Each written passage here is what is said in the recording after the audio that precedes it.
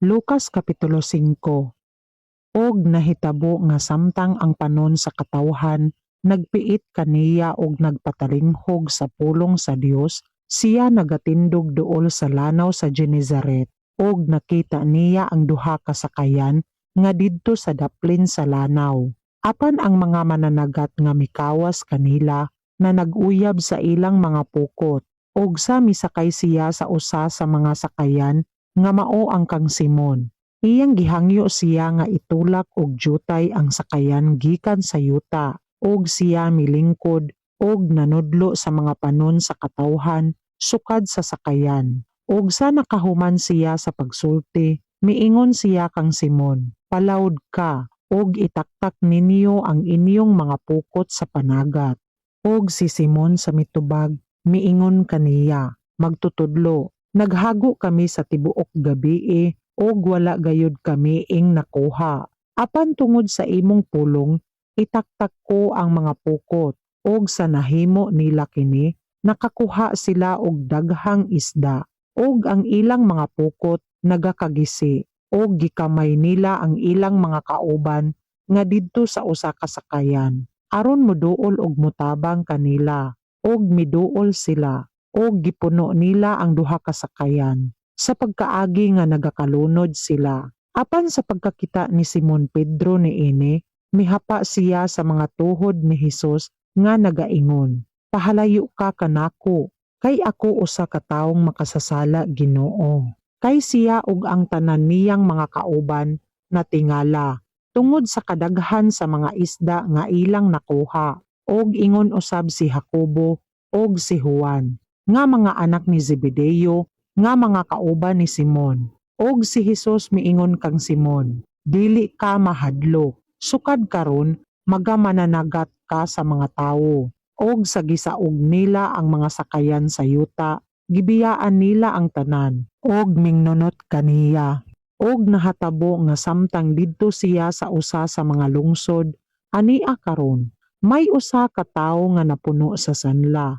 Og sa pagkakita niya kang Hesus, minghapa siya sa yuta, og nagpakiluoy kaniya nga nagaingon, "Ginoo, kung buot ka, mahinluan mo ako."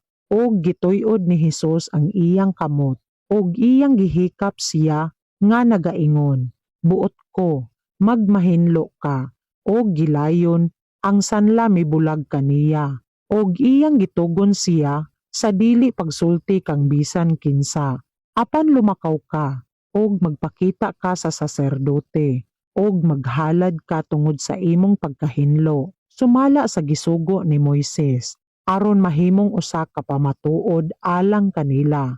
Apan milabi hinuon pagkasangyaw, ang kabantog mahitungod kaniya, og ang mga dagkong panon sa katawhan, mingdugok aron sa pagpatalinghog, og pagpatambal sa ilang mga balatian. Apan siya mihiklin ngadto sa mga kamingawan, og nagampo, og nahatabo sa usa ni adtong mga adlawa nga siya nagatudlo, og may mga Fariseo og mga magtutudlo sa kasuguan nga naglingkod gikan sa tanang gagmayng lungsod sa Galilea, og sa Huda, og sa Jerusalem, og ang gahom sa Ginoo didto kaniya sa pag-ayo kanila. Og ania karon, may mga lalaki nga nagdala usa ka tawo nga paralitiko sa usa ka higdaanan, og sila naninguha sa pagdala kaniya sa sulod aron ilang ibutang sa iyang atubangan, og sa wala sila makakaplag og paagi aron ilang madala siya sa sulod tungod sa panon sa katawhan, misaka sila sa atop, og ilang gitunton siya nga gipalusot sa tisa uban sa iyang higdaanan ngadto sa kinataliwad-an sa atubangan ni Hesus. Og sa nakita niya ang ilang pagtuo, siya miingon, "Tawo, ang imong mga sala gipasaylo na kanimo." Og ang mga iskriba og ang mga Fariseo mingsugod sa pagpinangutan-anay nga nagaingon, "Kinsa kini nga nagasulti og mga pasipala? Kinsay arang makapasaylo sa mga sala kundili ang Dios lamang?" Apan si Hesus nga nakasabot sa ilang mga huna-huna, mitubag og miingon kanila, "Ngano nga nagtulotimbang kamo sa inyong mga kasing-kasing? Hain ang labi pang masayon, ang pag-ingon, ang imong mga sala gipasaylo na kanimo. Kon ang pag-ingon, tumindog ka og lumakaw. Apan aron kamo masayod nga ang anak sa tao, adunay gahom sa yuta sa pagpasaylo sa mga sala. Siya miingon sa paralitiko, ako nagaingon kanimo, tumindog ka og dad-a ang imong higdaanan, og lumakaw ka ngadto sa imong balay, og gilayon, mitindog siya sa atubangan nila, og gisakwat niya ang iyang higdaanan, og mipauli sa iyang balay, nga nagadayig sa Dios, og ang katingala, naghari kanilang tanan, og ilang gidayig ang Dios, og sila napuno sa kahadlok, nga nagaingon, nakakita kita og mga katingalahang butang ni ining adlawa, og sa human kining mga butanga, milakaw siya, og nakita niya ang usa ka maniningil sa buhis, nga ginganlan si Leve, nga nagalingkod sa bayranan sa buhis, og nagaingon kaniya, sumunod ka kanako, og iyang gibiyaan ang tanan, og mitindog og misunod kaniya. Og si Levi naghimog usa ka kumbira, alang kaniya sa iyang balay, og may usa ka dakong pundok sa mga maniningil sa buhis, og uban pa nga nanag-uraray, kauban nila libot sa lamesa.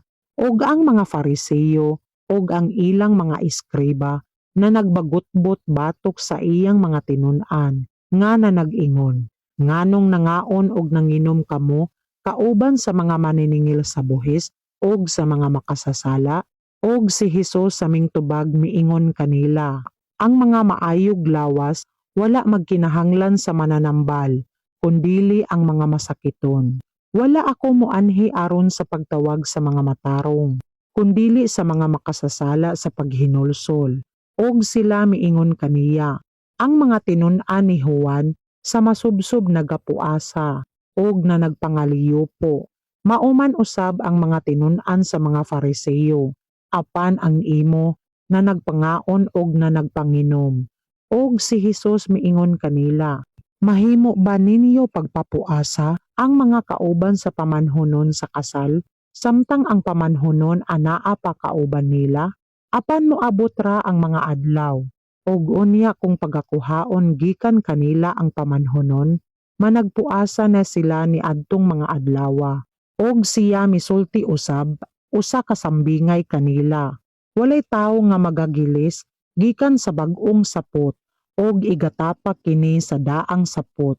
Kay sa maong paagi, mabingkas niya ang bag-o, og ingon usab, dili mo angay sa daan ang tapak nga bag-o, og walay tawo nga magabutang sa bag-ong vino sa daan nga mga panit. Kay niini ang bag-ong vino, magagisi sa mga panit, og mahayabo, og ang mga panit mga usik.